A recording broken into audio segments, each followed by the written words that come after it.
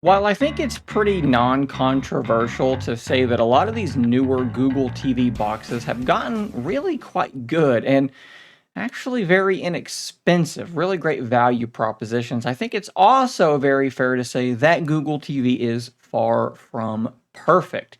When you look at the interface, it's fairly clean, it looks quite nice, but yes, there are a lot of advertisements that you're going to see sort of sprinkled throughout the device. You'll see here end of year movie deals. Now, a lot of these quote unquote advertisements are disguised as suggestions for content to consume, but a lot of the time it's content that maybe you don't care about, and it also might be content on services that you're going to have to pay for. It's also true that having all of this stuff on screen, all of these images moving around, all of these suggestions, it's going to cause a strain on your device. It's entirely possible that if these things weren't there, if it was a more stripped down launcher, your device might run faster. In today's video, we're going to be taking a look at an alternative launcher for Google TV or Android TV called, I'm going to try to guess how you would pronounce this, Projectivy launcher. Projectivy. I don't exactly know, but it's an alternative launcher for Google TV or Android TV, and it's going to solve a lot of these problems. It is highly customizable, and there aren't going to be any advertisements, no content that you don't want to watch. So getting this up and running is pretty simple. What you're going to do is scroll to the very top where it says apps.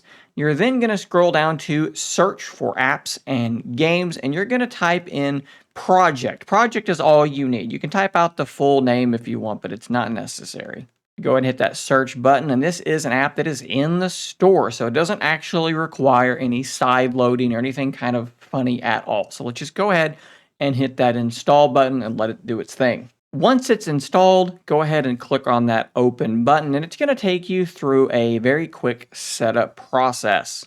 So we're going to get a quick explainer of this launcher. If we go to the next screen, it says launch of an app or HDMI input on boot, multiple display profiles, parental controls. There's lots of different customizations that you can do here. Many features will require accessibility service to be enabled. We're going to go ahead and show you how to do that here in just a moment. It's going to ask for a few permissions. We're going to hit allow, and then we're going to hit yes there. Now, one thing that's kind of odd, the notification access. I don't seem to have the ability to control this with my controller. If that happens to you, just hit the back button. It doesn't seem to make any difference at all. Allow usage, crash report, and you can say yes or no there if you want. After that, let's click Get Started, and we should now be looking at the default layout for this launcher. So the first thing you need to do is scroll all the way down until you see Accessibility Service. So let's go ahead and click on that, and let's click on Show Accessibility Settings. Let's click on Yes. We're going to scroll down until we see our launcher. We're going to click on that, and we're going to enable. Hit OK, and you can hit back, back, back. Don't hit your home button because it's going to take you to your home, your current default launcher. Keep hitting the back button until you are back on this screen. Now you're going to come up here to this option, Settings, General, and then come down to Override Current Launcher. What this is going to do is it's going to make it so that whenever you hit your home button on your controller, it's going to take you to this launcher, not to the default launcher built into Google TV.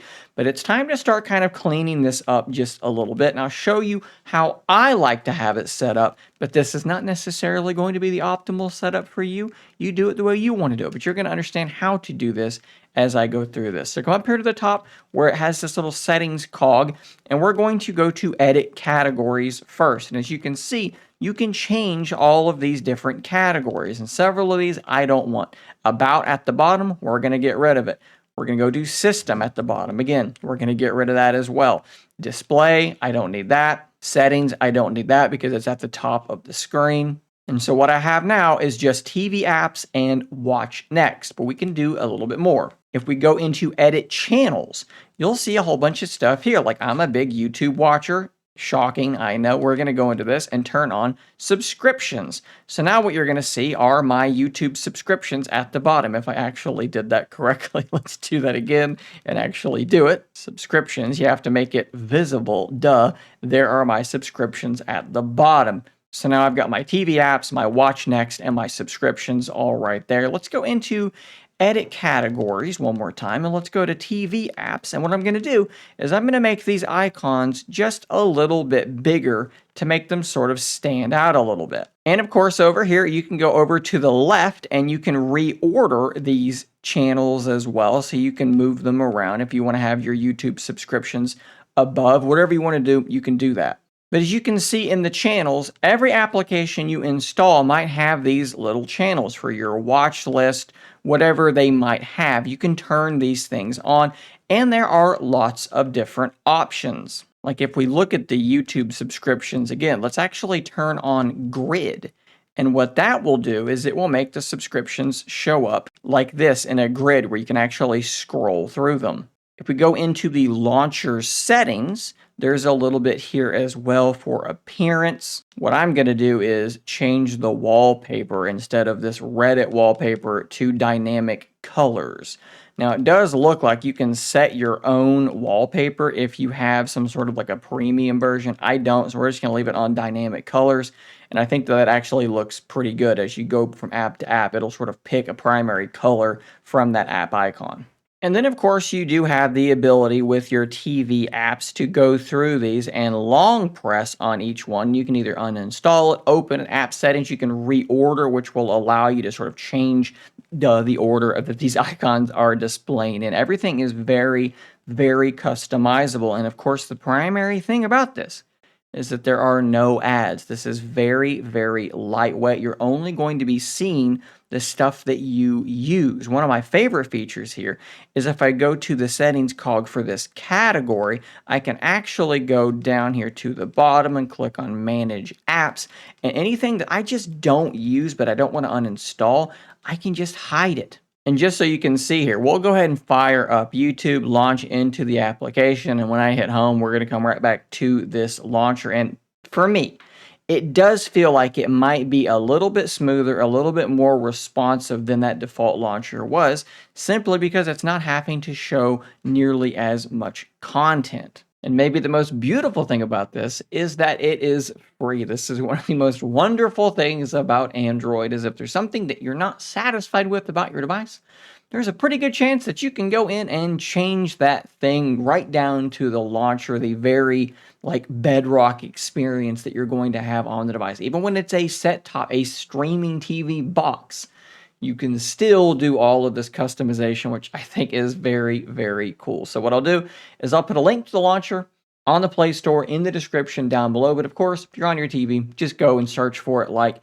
you saw me do. But I'll go ahead and link to it anyways. This thing only has 100,000 downloads, which I feel like it needs to have a lot more for as good as it is. It pretty much solves every problem that I have had with these Google TV boxes in my brief testing. I would love to hear from you guys in the comments. Maybe you've been using this for a while. Give that long-term feedback down there. Thanks for watching. Subscribe for more content like this, and until next time, stay nerdy, my friends.